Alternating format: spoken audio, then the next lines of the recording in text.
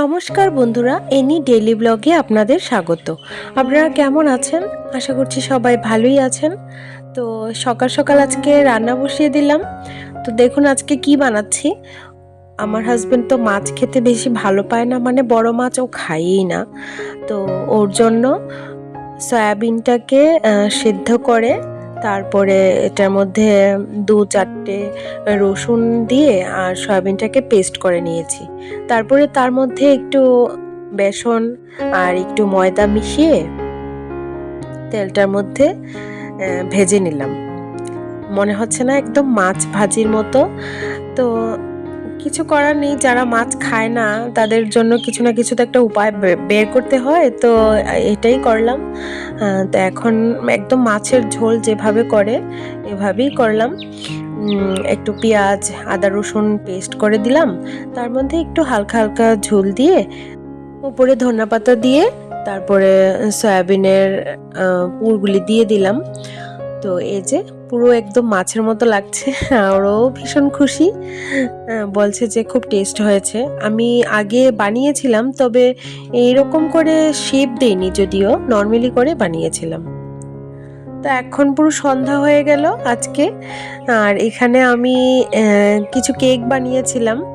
তো আসল কথা কি, কেকটা ভালো হয়নি, তাই এমন হয়েছে। তো তার উপরে আমি আবার একটু চকলেট দিয়ে দিলাম। তো ও আজকে অফিস থেকে আসার সময় জয়নগরে মোয়া নিয়ে আসলো। তো ওই ভিডিও করছে, আর এদিকে আমি চা বসিয়েছি আর বাবুকে বলছি যে একটু দেখতে চাটা নাকি পরে যায়। তো বাবু এদিকে এসে একটু দেখছে আর আমি এদিকে রেডি হচ্ছি, যাব আজকে মেলাতে। মেলা শুরু হয়েছে অনেক দিন হয়ে গেছে, কিন্তু আমাদের আর যাওয়া হচ্ছে না, আর মাত্র লাস্ট একদিন বাকি আছে। তো আমি রেডি হয়ে গেছি, এখানে এখন বেরিয়ে যাব। তো আমরা এখন বেরিয়ে পড়লাম, আর আমার দুটো ফ্রেন্ডও আসবে। তো এই যে ঢুকলাম, প্রচন্ড পরিমাণে ভিড়, এতটা ভিড় বলে লাভ নেই। আর আমরা আজকেই আসলাম প্রথম। তো এখন ঢুকছি, একটু সময় ওয়েট করছিলাম পিয়ালির জন্য, তো ও চলে এসেছে। তো এখন ঢুকলাম, আর আমার আরেকটা ফ্রেন্ডও আসার বাকি আছে, ও এখনো আসেনি। ও আসলে তারপরে দেখাবো। তো এই এখন ঢুকলাম, অনেক ভিড়।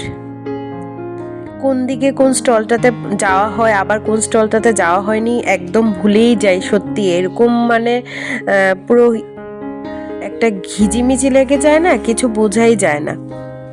আমরা তো এমন হয়েছে একই লাইনের দিকে দুইবার চলে গেছি, বুঝতেই পারছিলাম না।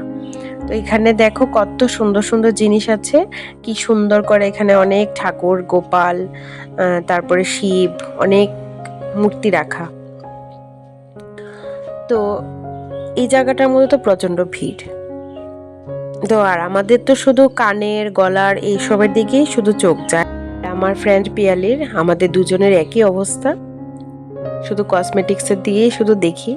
তো এখানে ইকফা ইউনিভার্সিটির যত স্টুডেন্ট আছে ওরা ভীষণ এনজয় করছে, গান করছে, ডান্স করছে। তো একটু দেখলাম ওরা কি করে। আর মেলা থেকে কি কিনবো, যত কিছুর দাম বাইরে থেকে থাকে কম, মেলাতে ভীষণ হেভি থাকে। অনেক কিছু আছে, অনেক সৌন্দর্য কেনার মতোই মেলাতে। তো এই যে আমার একটা ফ্রেন্ডের স্টল ছিল এটা। তো এখন আমরা তিনজন এক হয়ে গেলাম, ও চলে আসলো। এখানে প্রোগ্রাম হচ্ছে, ডান্স সংস হচ্ছে, কেউ অনেকে ড্রামা করছে, অনেক জাদুঘরও ছিল, জাদু দেখাচ্ছিল। তো এই যে আমরা এখন উপরে যাচ্ছি, এই যে আমরা তিনজন এক হলাম। এটা ভেতরটা এত বড় না, একজনই যদি একটু পিছিয়ে যায় বা একটু সামনে এগিয়ে যায় তাহলে কাউকে খুঁজে পাওয়া যাচ্ছে না, মানে এমন অবস্থা। একটু আগে পিয়ালি কোথায় একটা স্টলে আমরা ছিলাম, আর অন্য আরেকটা স্টলে ও চলে গেছিল। কি অবস্থা, মনে হয় পুরা 10-20 মিনিটই লাগলো ওকে খুঁজতে, এমন অবস্থা। আসলে ভেতরটা ভীষণ ভিড়, তো কে কোথায় দাঁড়িয়ে থাকে কে কোথায় থাকে খুঁজে পাওয়া যায় না একসঙ্গে না থাকলে। তো এখানে হঠাৎ করে সাগরকে পেয়ে গেলাম আমরা, ও একটা মেকআপ আর্টিস্ট। তো আমাদের সবসময় দেখা হয়, অনেক মেকআপের সেমিনারে। এখানে অনেক সুন্দর করে একটা রাম মন্দির বানানো, ভীষণ সুন্দর, এটা খুব ইউনিক হয়েছে, খুব ভালো লেগেছে দেখে। তো এখানে পিয়ুষও এসে রাম মন্দিরের সামনে এখানে নমস্কার করছে, তো আমি ওকে একটু ভিডিও করে নিলাম। তো এখন এটার ভিতরে ঢুকবো, এখন ভিতরে ঢুকলাম, এটার ভিতরেও ভিড়। তো আমরা দেখছিলাম যে কিছু আছে নাকি কেনার মতো। এখানে অনেকগুলি চপার রাখা, এই যে অনিয়ন চপার থাকে, মিক্সি টাইপের থাকে। তো এখানে দেখছি অনেক কিছু, কত কত সবজি ওনারা কেটে কেটে সাজিয়ে রেখেছেন সবাইকে দেখানোর জন্য যে কিরকম ভাবে কাটা হয় বা কোনটার কি সাইজ মতো।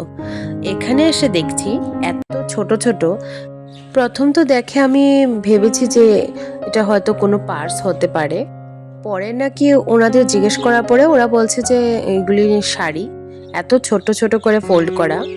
তো আমাদেরকে বলেছিল 550 টাকা করে, এগুলো নাকি পিওর সিল্ক, যদিও পিওর সিল্ক এত কম দাম হয়ই না। আমরা যখন বললাম যে 300 টাকা করে নেব, 3জন 3টা নেব, উনি রাজি হয়েছিল।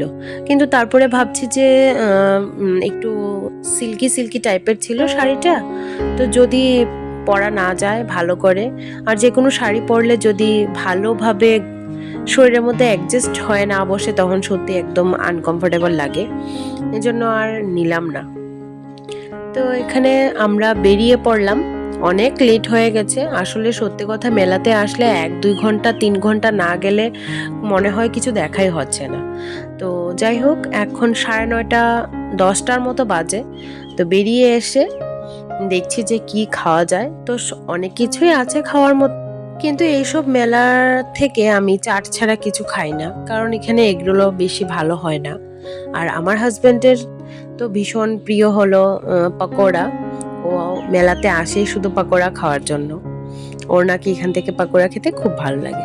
তো এখানে আমরা সবাই মিলে চাট নিয়েছিলাম, আর আমি একটু টেনশনে ছিলাম যে চাটটা আদৌ ভালো হবে না হবে, কিন্তু যাই হোক সত্যি চাটটা খুব ভালো ছিল। তো তারপরে আমরা চলে আসলাম। তো আমার হাজবেন্ড তো আসার সময় অনেকগুলি পাঁপড় কিনে নিয়ে আসলো মেলা থেকে, ও এর আগের মেলাতেও যখন গেছিল তখনও অনেকগুলি পাঁপড়, এই যে অনেকগুলি পাঁপড় আর অনেক রকমের অনেক ফ্লেভারের। তো আমরা এখানে খেতে বসে গেলাম। তো ঠিক আছে বন্ধুরা, আজকের মতো ব্লগটা তাহলে এখানেই শেষ করছি।